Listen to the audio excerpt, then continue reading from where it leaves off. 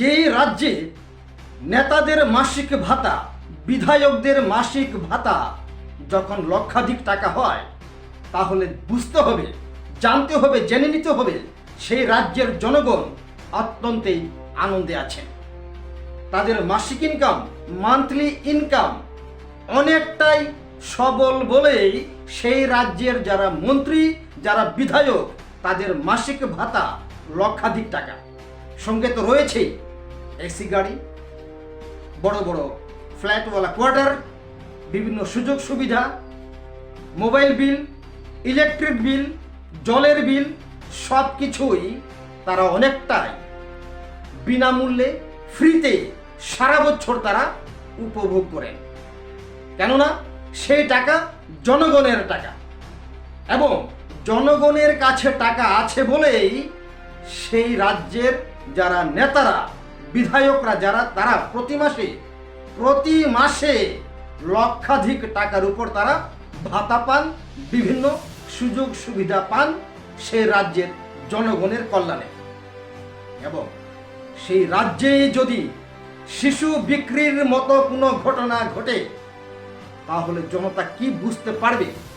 জনতা, মানুষ, গণদেবতা যারা আপনারা যারা বলে থাকেন, গণদেবতা, যাদের ভোটে, যাদের ট্যাক্সের টাকায় আপনারা যে এই যে সুযোগ সুবিধা গ্রহণ করছেন, তাহলে বুঝে নিতে হবে সেখানকার মানুষ কত কষ্টে আছেন, কত দারিদ্রতার মধ্য দিয়ে তারা দিন গুজরান করে চলছে। নমস্কার, আমি উত্তম সিনহা, ত্রিপুরা পাইওনিয়র চ্যানেল থেকে আমি আপনাদের সঙ্গে সরাসরি কথা বলতে আসলাম আজকে একটি গুরুত্বপূর্ণ বিষয় নিয়ে।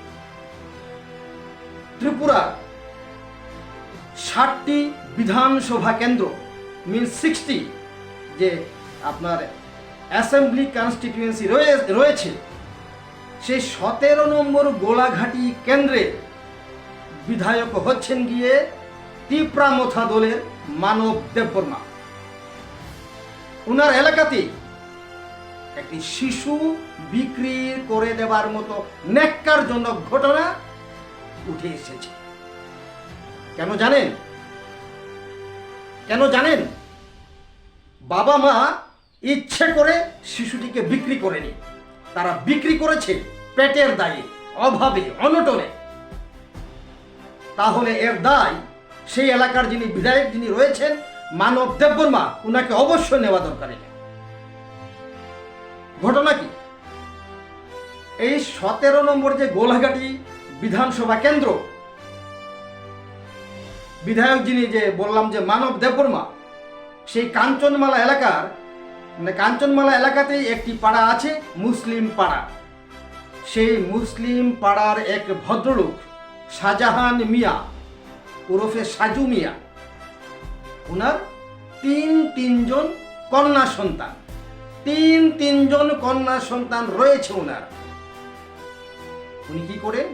কোনো সরকারি চাকরি করেন না, উনি একজন দিন মজুর, ডে লেবার। যখন যেই কাজ পান সেই কাজ করেন, সারাদিন কঠোর পরিশ্রম শেষে মাথার ঘাম পায়ে ফেলার পরে সন্ধ্যায় যখন বাড়িতে ফিরে আসেন, তখন সেই টাকা দিয়ে উনি খরচাপাতি করে বাড়িতে চলে আসেন।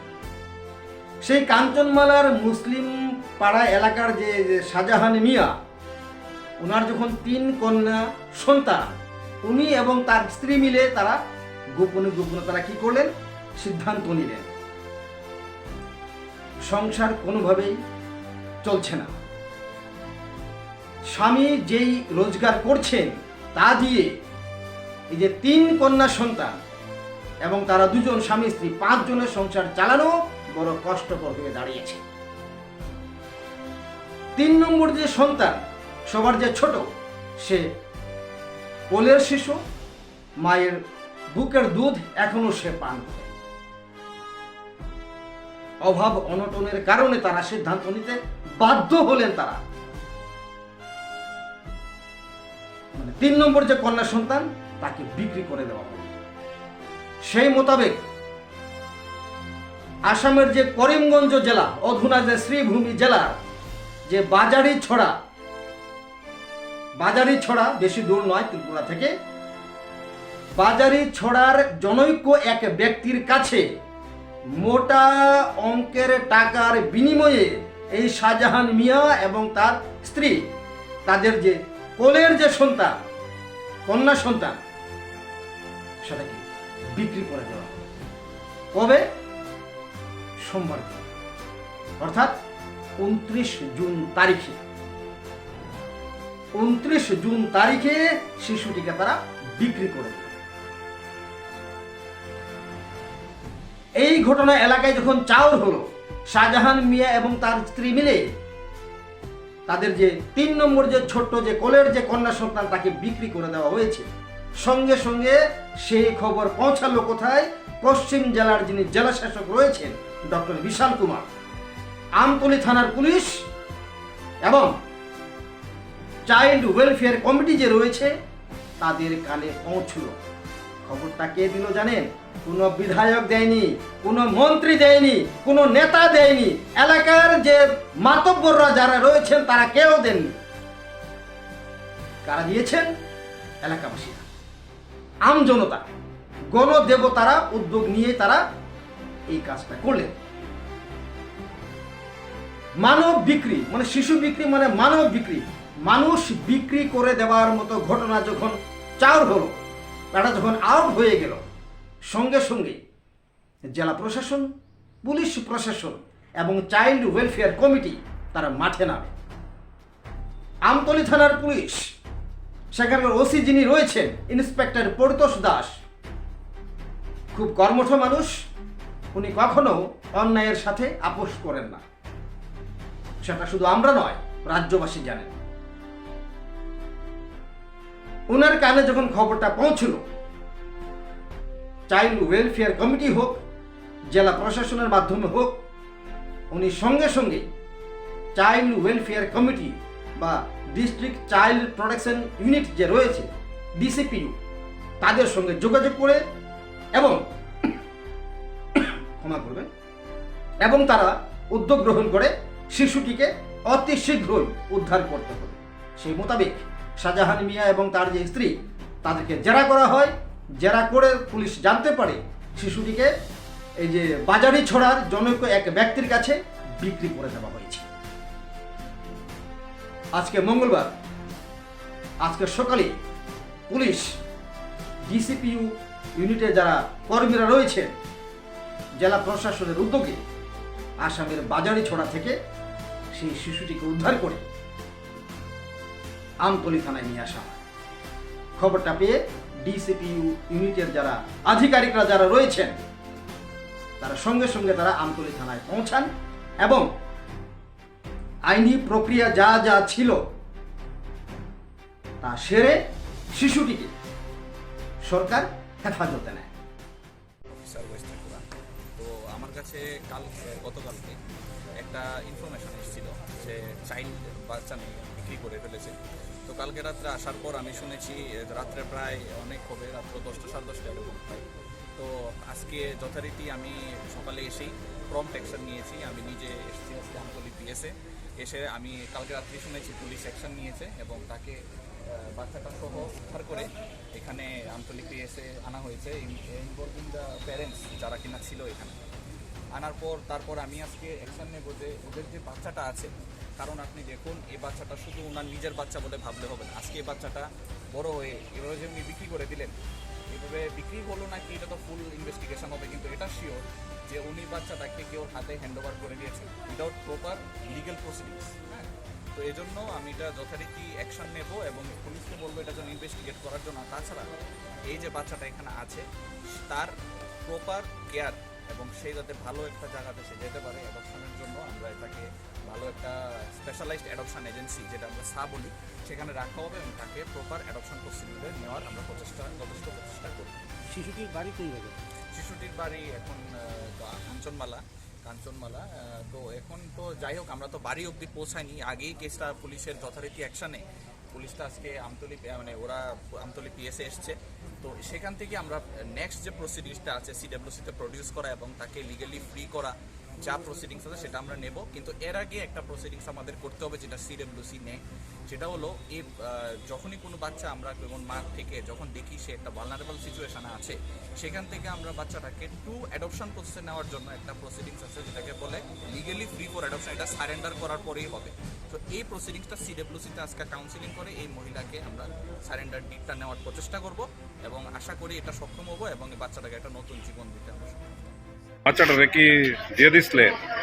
না কোনো ভাই এটা কোন ভালো শুনেন, আপনি কি বাচ্চাটারে আপনার এই বাচ্চাটারে দিয়ে দিছিলেন? আপনি এই যে বাচ্চাটা না স্যার, তো থাকা আমরা সম্পর্ক হয়েছিল, তো জামাই তো সিধা বুঝছেন না, তো আমার খাওয়াতে বইতে চলতে বইতে কষ্ট হয়েছে। তো দিয়েছে আপনার দেলাইছে, আবু দেলাইছে, আমি টিয়াটা স্যার বিক্রি করছি না আবুরে। আপনার কি সন্তান, নিজের সন্তান? হ কি করে দিয়ে দিলেন আরেকজনের হাতে? কারা দিলেন? ওই যে কাজটা যে করছে এলাকা সম্পর্ক বাচ্চা কাচ্চা নাই। নাম কি? কার যে লোকটা- ইয়াসিনুদ্দিন। ইয়াসিন উদ্দিন। বাড়ি কোন জায়গায়? তানের বাড়ি এলাকা আসাম, তাই তাই ওই সাইডবার থেকে কাজ করে। কতদিনের পরিচয় আপনার সঙ্গে গিয়াসউদ্দিনের? না ওই আর বাবু আবু বাফল অনেক দিনের দিনে কাজ টাজ করে। তো আপনার বাচ্চা রয়েছে, মানে আপনার মনে হচ্ছে বাচ্চা দিয়ে লাইবেন? না আমি আবু লইছি, আমি দিতাম না। না, আপনি তো দিতে চাইছিলেন, দিয়ে লাইছেন। এখন ওয়ান স্টপ সেন্টার তার প্রতিনিধিরা রিকভারি করছে, আপনার খবর পাই নাহলে তো এতক্ষণে আসামি চলে যেত না। না না স্যার, আপনার নাম কি? আমার নাম তাসলিমা। তা কি করেন আপনি? আমি আবুর আগে তো কাজ টাজ করতাম, মনে আর করি না। তো আপনার হাজব্যান্ডের নাম কি? সাজা খান মিয়া। তো আপনারা এই ছোট্ট একটা বাচ্চারা, আপনার কি মানে মন বলতে কিচ্ছু নাই, হৃদয় বলতে কিচ্ছু নাই? আছে আম্মা স্যার, থাকতো নাকি কার এখন বলতেন স্যার, তাহলে তো আমার সিনে কোনান না আমার ইয়ে করেন না স্যার, আমি কোনান অনুরোধ করে আমি খাওয়া করে। আপনার তো আমরা ন্যায্য কথা দেখাইতেছি, আপনি এরকম করতে পারেন? আপনি একটা মা তো, আপনি একটা মা তো। আমি যদি পাই হুন দ্বিতীয়বার যদি দেয় তুমি কয়টা পারবা নি ভাই? আরে আপনি মা তো, কোনো মা কি বিক্রি করতে পারে বা কি না না দিতে বিক্রি পারে? করছি না স্যার, আমার এই কথা বলে তো আমি বিক্রি করছি না স্যার, আমার মায়ের একদিন না আমি বিক্রি করছি না। এখন কান্নাকাটি করতেছেন কেন লিগিয়া? বিক্রি যদি না করে থাকেন? আমার স্যার কাউকে আমার বাড়ির কেটে তো আমি বিক্রি করছি না।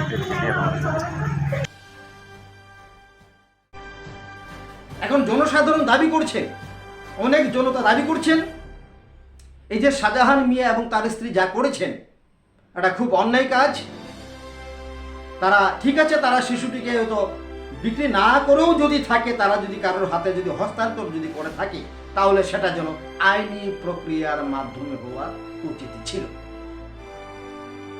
তাদের বিরুদ্ধে যেন কঠোর শাস্তি ব্যবস্থা গ্রহণ করা হয়। এখন কথা হচ্ছে, এই যে শাহজাহান মিয়া এবং তার স্ত্রী, তাদের বিরুদ্ধে পুলিশে যদি আইনি কোনো পদক্ষেপ নেয়, তাহলে কি এই সমস্যার সমাধান হয়ে গেল?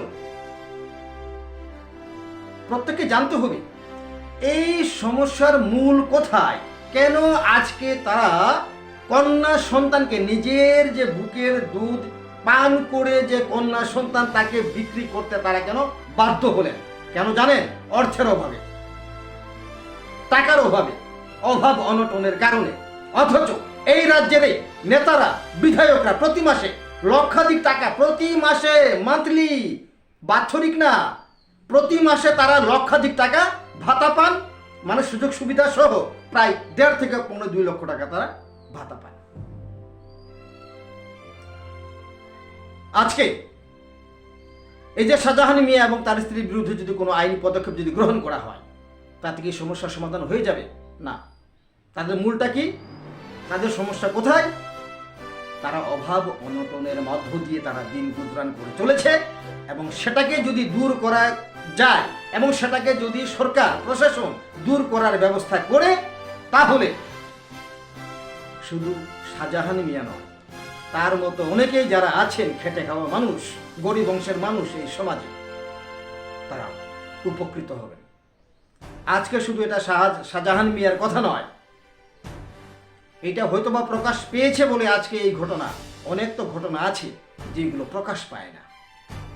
নিশ্চয়ই আপনাদের মনে আছে, আজ থেকে কয়েক বছর আগে কৈলাসহরে চণ্ডীপুরের মন্ত্রী ছিলেন বাম বিধায়ক তপন চক্রবর্তী। ওনার এলাকা জলাই একটি গ্রাম আছে সেই কৈলাসহরে, সেখানেও একটি শিশু সন্তানকে বিক্রি করার মতো, মানে বিক্রি করে দেওয়ার মতো ঘটনা যাওয়া হয়েছিল। কেন জানেন? অভাব অনটনের কারণে।